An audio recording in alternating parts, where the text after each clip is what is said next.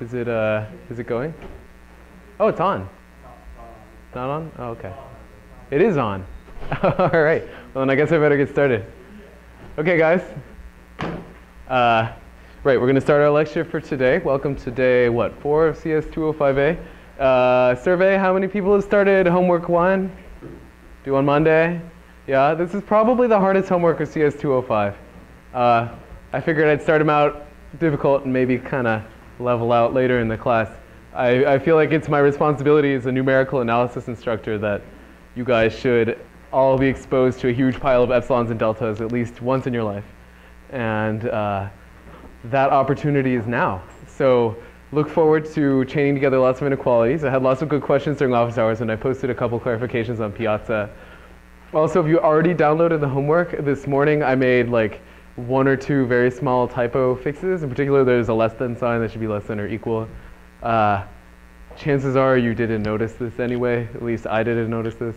But if you did, it's fixed and life is good. Right, are there any questions about procedural stuff before we go on? Please go to office hours. Like tonight, go look at this homework, spend 5 minutes trying to do it. And if you don't know what the problems are asking, then at least go to office hours and get help with that. Deal? Yeah? So far there are Tuesdays, Wednesdays, and Fridays, right? You can't go to any of the 3. Why don't you talk to, I forget which of you has the Friday office hours, and we can see. Yeah, if there's enough motion, maybe we can figure it out. And if you guys are ever really stuck, I can meet individually, but not this week because I'm busy. Sorry. Anyway, any other questions? Going once, going twice? Okay, great. So today we're going to continue in our discussion of linear systems of equations, as we will continue to do throughout all of next week and some of the week after that. And then once again when we hit conjugate gradients. And today, however, now that we've got a lot of things, right? Where are we? We have reliable methods for factoring and solving linear systems, right? We talked about Gaussian elimination and then LU factorization, which is sort of the standard approach. Obviously, this is a sort of a fundamental problem, and there's lots of research and making assorted details of Gaussian elimination faster and so on. But it's certainly good for like 99% of matrix problems you want. And as of our last lecture now, we have some strategies for understanding when we think that our methods are going to succeed, right? We have an idea of a condition number, some ways to approximate that number, and this somehow gives us some impression of how confident we can be in a solution X if it turns out that AX isn't quite B. Yeah? But this leaves an obvious question, which at least according to my office hours survey, I think you guys haven't necessarily gotten out of classes you've taken before. So I thought I would spend part of 205A not only just covering these numerical methods, but also the types of applications that we tend to care about in computer science. So that's going to be our lecture for today. And from now on, we'll probably swap our structure a little bit. So we'll talk about the applications and our motivation first, and then go into the details. But I wanted to make sure you guys saw some math before we got too far entrenched into the quarter. Cool. So the first example is probably one you've all seen 1,000 times. And that's this problem of regression, right? So let's say that we have in the back of our heads that we have some function f. I guess I didn't write it explicitly, but we're going to think of f as a function from the real numbers r, n, so in fact Euclidean space, into r. Right? So basically it takes in n numbers and it outputs 1. By the way, we can think of an f into Rm easily enough as just sort of m functions into R1, right? So we're just going to worry about the single variable case.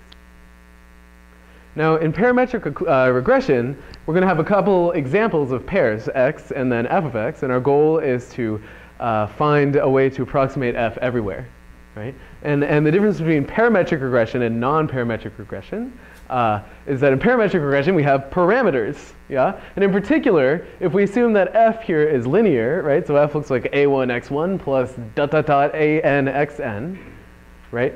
Then our parameters here are the a's, and the independent variables here are the x's, and the dependent variable is f of x. Yeah? Hopefully this story is pretty familiar from like even high school, I think now. Right. So in particular, we're going to carry out n different experiments, each one of which we set a bunch of values in a vector x. So for example, maybe I'm measuring the effects of temperature and light on the height of a plant after I grow it for 10 days. Right? So then the inputs would be temperature and light stuck in this vector x, and the height after 10 days would be the value y. Yeah? Totally boring. So in the end, we get a bunch of pairs, x, y, and we like to think of them as y equals f of x. And in particular, remember the x's are known and the a's are unknown. This is a little bit backward from our last lecture. Yeah? But we have a bunch of relationships, like the output y1 is equal to f of x1. In particular, that means it's equal to this sum upstairs here. By the way, normally I would probably do this on the board, but I kind of ate it while I was running this morning, so I put a lot of it on slides. Sorry. Anyway, so something that's important to think about is that the x values might have different units, right? F of x might be the height, so inches, and then the input is what? Amount of water and cubic miles, feet, whatever, and sunlight and whatever the heck you measure sunlight in. Radiance? I'm a computer graphics guy, I should know this. Anyway, so we carry out n of these experiments, and now our question is, can we estimate the a values? And of course the answer is yes, we can. And in particular, we can encode our experiments in a slightly different way. Right? So we're used to thinking about matrix vector products so far in this class as ways to linearly combine the columns of a matrix. But another way to think about it is as a way to do a bunch of dot products in parallel. Yeah? So let's say that I take all of my x vectors and I flip them on their side, right? That means I transpose them. And then I stick them as rows into this matrix here, right? Then what happens with this vector, this product of this matrix x, and which we usually call the data matrix, by the way, and this pile of numbers a? Remember how matrix vector, I should face this way, how matrix vector multiplication goes, right? To the right on this guy and up and down on the other one. Yeah? So the first row of the output is just going to be the dot product between x and a, x1 and a rather. The second row is the dot product between x2 and a, and so on. Right? So all I've done is encode our experiment in a slightly different way. Well, why do you think I did that? How do you think I'm going to compute A? I only ask you guys easy questions. Come on. Leonard, what am I going to do to compute A? Yeah, I'm going to invert this data matrix. And out comes this vector A. This is totally uninteresting. Right? This is stuff that shows up in statistics, shows up every which way. And basically, oh, sorry, I got ahead of myself. And basically what comes out is your set of parameters, and life is good. And that's the usual linear regression story, right? There are n parameters and n equations. We'll come back to that question in a minute. All right. Now something that you might not have seen before is that we can do more than just linear regression using this type of model. In particular, if we assume this, this ansatz for the form of f up on the top of this slide here, where f is just a linear combination of different functions, right? Then we can still go through exactly the same logic that we went through before, and with n different experiments, so if you combine m different functions f with different coefficients a, and I do m experiments, then I can recover the coefficients a, right? And in particular, the f's can be nonlinear. So let's do a couple examples of this that are maybe going to put some things you've seen in different contexts into the same framework.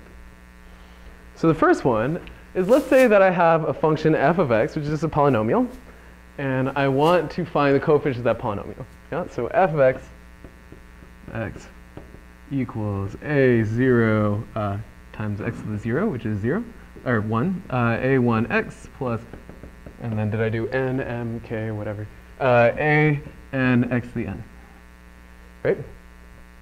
Notice that this thing takes in one number and gives out one number, right? So initially, it might kind of seem like a little bit of a contradiction to my language from before. Remember I said you need to do n experiments because somehow you're fitting a function that takes in n things and gives out one. This thing only takes in one thing and gives out one. The difference is we're combining n, or I guess n plus 1 different terms here that are all different functions of x, right? So in particular, when we do our logic, right, for example, y1 is equal to a0 plus a1 x1 plus dot dot dot plus a n x1 to the n, right? And I can do this for each of our data points xi, yeah, and this gives me what linear system? Well, let's think about it. So we have the a zeros to the an over here. You have the y0, the yn over here, right? And like, what is, if we read off, remember, what are our unknowns here? The unknowns are not the x's, they're the a's, right? So if we read them off, the coefficients, you have a 1 next to the first unknown. You have an x1 next to the second unknown, all the way to an x1 to the n, right? So it's like 1, x1 squared, and so on, right? This matrix has a very special name and lots of special properties. It's called the van der Waals system, and we won't go into any of them. Anyway, yet another even slightly less obvious example is the following function downstairs. This is the f of x equals a cosine x plus theta, right? So here, what are our parameters? They're a and theta, right? But obviously, there's not a linear dependence here, but we can do a little bit of a trick. Then we're going to pick up the speed of our lecture just a little bit. So this is a cosine of x plus phi, I guess. Did I say theta? I'm sorry. But we have a nice formula for this, right? This is a cosine of a sum, right? So this is the same thing as what cosine likes to have things together, right? So it's cosine x cosine phi minus sine. Catch me if I'm doing this wrong. Right? It's an equation from trigonometry. But in particular now, notice that we have a linear combination of two functions of x with some unknown coefficients. Right? In fact, I can apply our same technique, in this case this was a 2 by 2 matrix, to find some function that looks like c1 cosine x plus c2 sine x. And in fact, you can sort of follow all of this logic in reverse order to come up with an a and a phi that satisfies the same relationship. So in fact, even though we started with something nonlinear in the cosine case, we got particularly lucky. And in the end, we still got the same form that we had before. And in fact, if you look at the Fourier transform, it's nothing more than a combination of a bunch of terms that look like this. And what is the Fourier transform? Well, if you've seen it before, all it really is multiplication by a matrix. We talk about it in different language, but it turns out it's just another linear operator that takes you from a function written in just f of x to a function written as a sum of a bunch of cosines and sines. Just like a change of basis. In fact, if you're me and you're too lazy to implement the fast Fourier transform in n squared time, you can get a Fourier transform just by writing this matrix down. All right, so there's something a little bit fishy from our, Gavin, you have a question? No? Okay. There's something a little fishy from our story so far, which is, why the heck should you have n experiments just because you had n parameters for your system? Right? In particular, like if I keep watering my plants and like I have a whole room full of plants and I really want to have a stable estimate of how their growth is dependent on the gravity from the moon, then I probably should do a lot of experiments and somehow expect a more stable answer from that, right?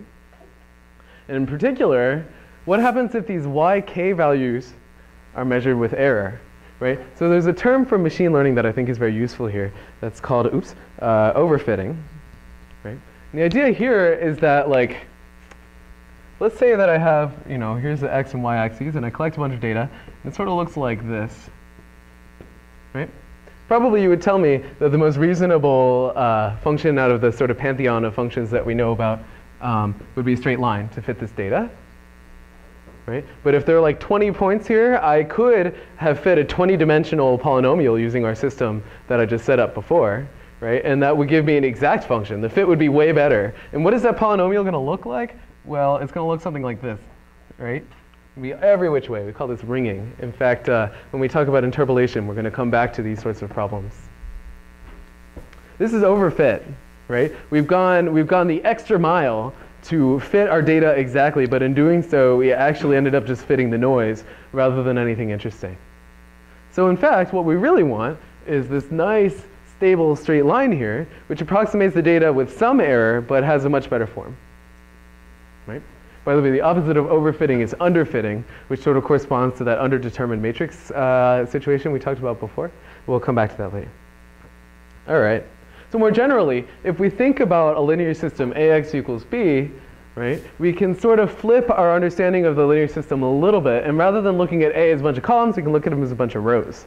right? And then each row of ax equals b is sort of saying the dot product of x with row k is equal to bk, right? This is a bunch of statements of that form. So what happens if you have more rows than you have columns? Well, now you introduce the possibility of having a set of conditions on this vector x, right? That his dot product with a bunch of different things is equal to a bunch of different numbers.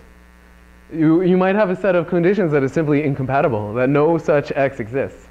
But there could be one that's pretty close, right? And that's somehow what we really care about when we're solving systems like this that are overdetermined.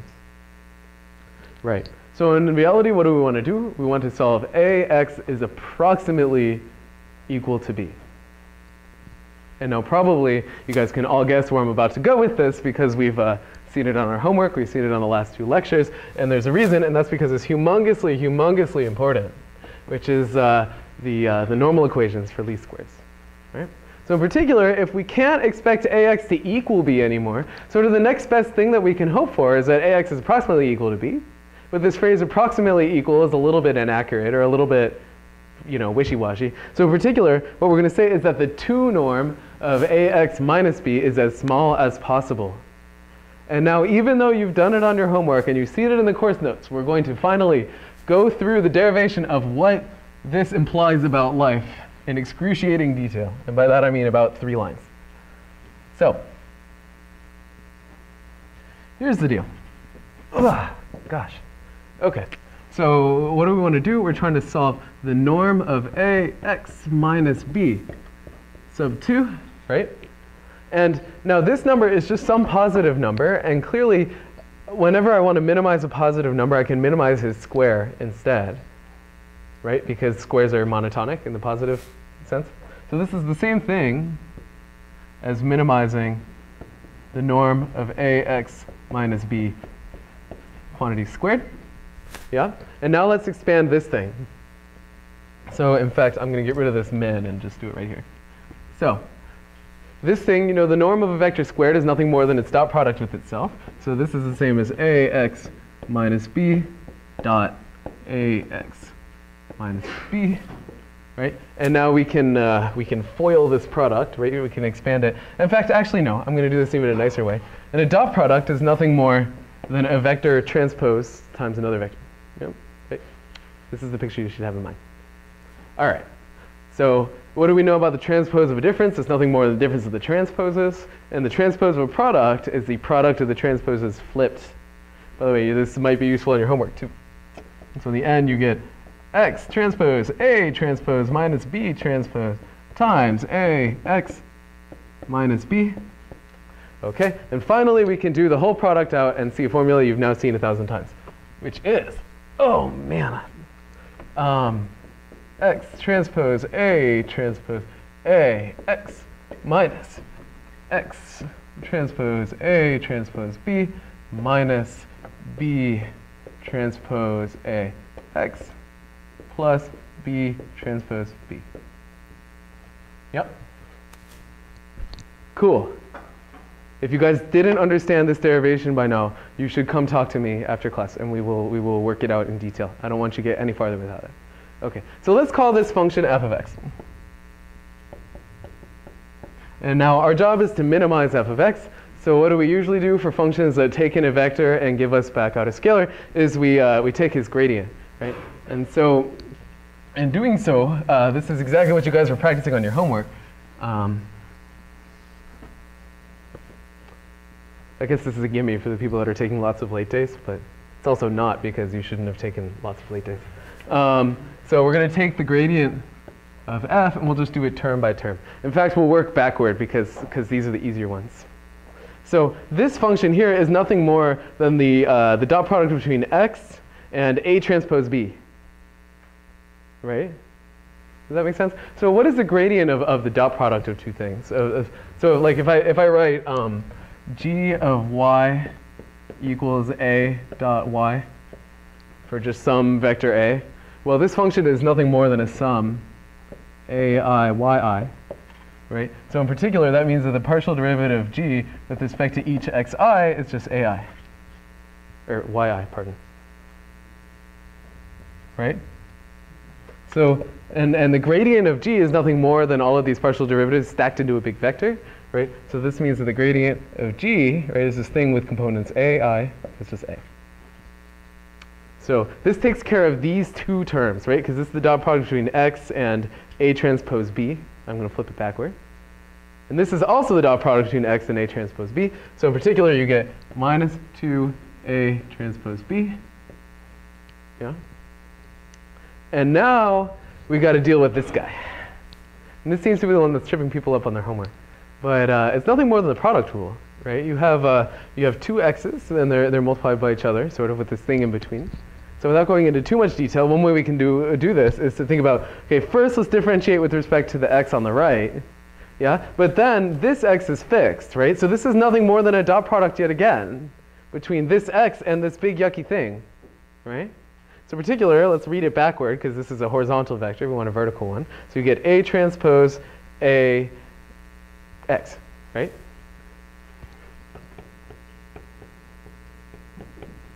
Right? And now we have to differentiate with respect to the x on the left. But if you think about it, now let's think about grouping it the other way, right?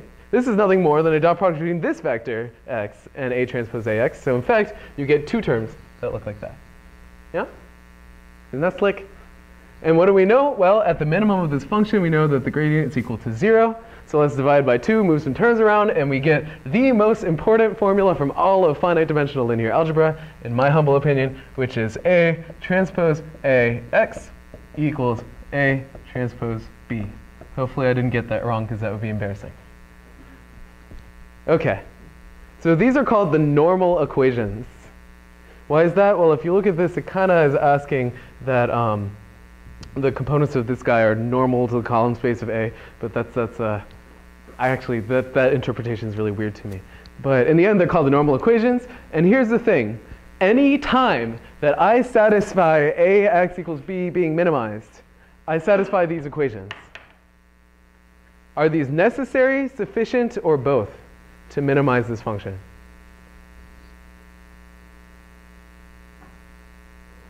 Both, yeah. But is the minimum unique? No, it doesn't have to be. So for example, what if A is 0?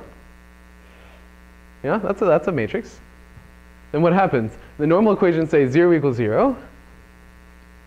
And that doesn't determine x at all. So a very common mistake is when people think about least squares, they say, well, okay, A isn't invertible, but this guy A transpose A is always invertible, and that is patently false.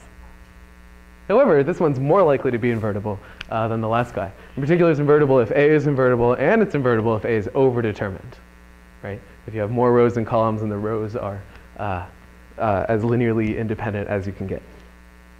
Cool. So these are the important equations. These are called the normal equations. You've derived them on your homework. They're in my course notes, and now you've seen them on the board.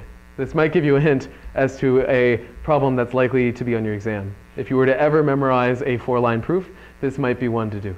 Not that I would ever encourage rote memorization of anything. I might have you, optimize 2ax minus b or something. Right. So anyway, a common mistake is to identify the normal equations, the guy on the left, with simply setting x equal to this big yucky thing, which I got simply by inverting A transpose A. But as I mentioned, you can only do that when A transpose A is invertible. And in fact, this came up on homework 0, right? I asked you guys for sufficient conditions to be at a minimum, and the sufficient conditions are A transpose AX equals A transpose B. They're not this guy on the right. This guy on the right is poorly defined. Guy on the left is always true. Cool. So there is this pesky case, right? This underdetermined case when A is not invertible and A transpose A is not invertible. Right? In this case, what it's saying is that your matrix A doesn't have enough information to completely specify X, right? Because any guy that's in the, in the column space, or rather, any guy that satisfies this relationship automatically will solve that least squares problem. So the least squares problem wasn't enough to determine X uniquely. So there's something called regularization, which is what we commonly use in statistics for choosing out a particular X that we might like. Right? So for example, in our last lecture, we talked about regularization by adding basically the normal equations as a constraint and then minimizing the norm of x with respect to, with that constraint fixed. Another very common strategy is to say, okay, rather than minimizing the norm of ax minus b, let's normalize the norm of ax minus b plus something that we're going to call a regularization function. And your choice of regularization function is sort of an engineering decision, sort of a statistical decision, depending on who you talk to. And can make a lot of difference in the solution that you get. So I've listed the three most common ones here. The first one is called Tikhanov regularization. And actually, Tikhanov, I think, was around in like the 1920s or 30s. So this is an old strategy. In machine learning, we have to rebrand everything, and now we call it ridge regression. Exactly the same technique. And ridge regression, or Tikhanov regularization, basically says rather than just minimizing ax minus b, the norm of that squared, we're gonna minimize the sum of the norm of ax minus b squared plus the norm of x.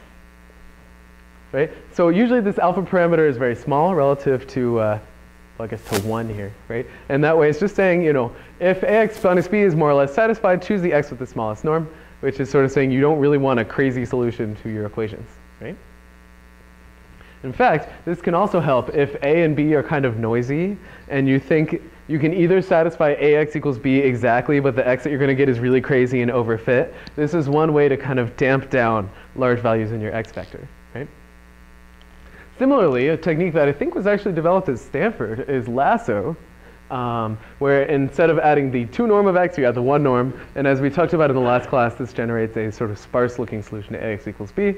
And then in case that wasn't complicated enough, we can come up with the elastic net solution, which combines both L2 and L1 regularization and has properties that I don't understand very well. But there are different times that you want to use this. The way to think about it is that the 2 norm kind of wants to spread stuff out and make it really small uniformly.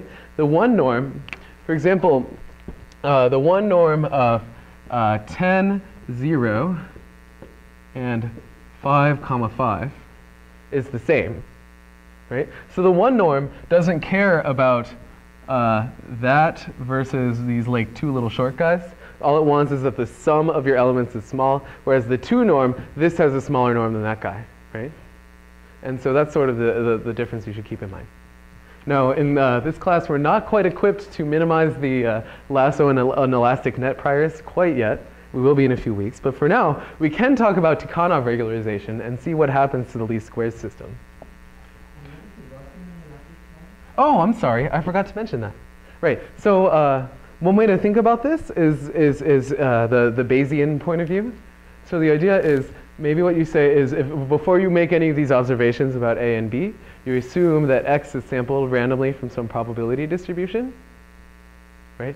And what ends up happening is that these different types of regularizations correspond to different priors or different sort of assumptions about how you think X was sampled. So for example, if you do Tikhanov regularization, then what we really think is that X is sampled from this Gaussian distribution, or normal distribution, right? And then what happens is when you add observations, you say, well, in fact, we know that AX might not equal 0, so really you should pull X away from the center of this distribution. Whereas when you do lasso, this corresponds to a Laplace distribution prior, which is pointy about 0. And that's one way to understand why you get the sparsity, because you really favor this point right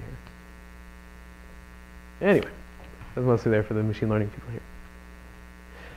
But for today, we're going to worry about Tikhanov regularization, which is the sum of 2 least squares terms. And let's just work out what that does, right? So in particular, we have f of x equals mod ax minus b squared minus, or plus alpha times mod x squared.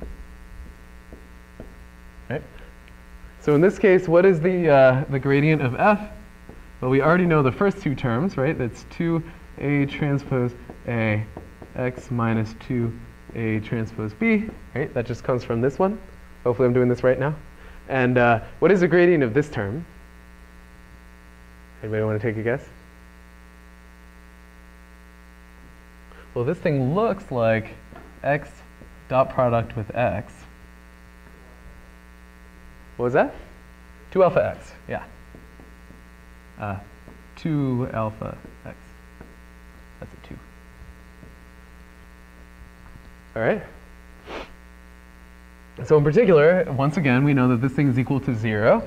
So let's divide by 2, shuffle around, let's keep the x on the left and the constants on the right, play our usual game. You get A transpose A x plus, why do I want minus today? Alpha x equals A transpose B. Yeah? And this thing, of course, we can factor a little bit. We'll factor the x out. And this is the identity matrix plus A, or I forgot an alpha, transpose A. Yeah? So the nice thing about Tikhonov regularization is that it's ridiculously easy to implement. Right? All you do is you take your normal equations and you just add stuff along the diagonal of the matrix. In fact, if you're ever solving linear systems of equations and it's not working out, you're getting really numerically unstable, weird things, one easy hack to try and improve your solution is to just crank up the diagonal of your system a little bit. It turns out this works a lot. And the reason for that is this, that you're, in fact, what you're doing is regularizing your solution. Yes? Oh, yes, yeah. If alpha is negative, I suppose this still holds, but it might not be invertible. Yeah, the way to think about it is that A transpose A, never mind, yes, yeah, alpha's positive. Yeah, if alpha were negative, that would be asking that x is big, which is kind of weird. I'm not sure what that would mean, but perhaps in some application. Notice you couldn't really do that with the one norm because it wouldn't be convex anymore, but that's for another day. Anyway, so yeah, so you can add stuff along the diagonal of A, and that's just regularizing your system of equations, and it's just some other linear thing you have to solve. And in fact, if you think about the condition number of this thing, as alpha increases, your matrix ends up eventually, like if alpha were really big, your matrix looks like the identity plus some noise. Right? So in fact, as you crank up alpha, right, we know that the condition number of any multiple of the identity is 1, right? We showed that last time. So not only does your solution become more regularized, the conditioning of the linear system that you're trying to solve gets better and better. I think I saw a question over here somewhere. Yes? No. It is the opposite of successful very often. So the 2 norm wants to spread stuff out over your vector. If it turns out that certain dimensions in X are just irrelevant to the problem you're trying to solve, so for example, maybe I'm measuring plant height as a function of the amount of water, the amount of fertilizer, and the temperature of the dark side of the moon, right? Then if I make alpha really big, what's going to happen is eventually it's going to want to treat those 3 parameters more or less equally because it really likes that flat stuff, right, that I drew and then erased by accident. But obviously, in this case, that would be a very poor decision. Another way to think about it is if I crank alpha up really high, what happens? Well, you've basically just removed A transpose A altogether, so you're ignoring your data. So, so a small alpha can help get rid of spurious noise, but if you find that you have to crank alpha really high to solve a problem, then you might want to revisit your statistical model. Cool. So now we have the complete story of Tikhonov regularization. By the way, this also happens in PDE. For the math people here, I have like a really wide audience in this class. It's scary. For the people that do math and solve things like the heat equation and the wave equation and so on, one way to make these more numerically stable is to regularize somewhat.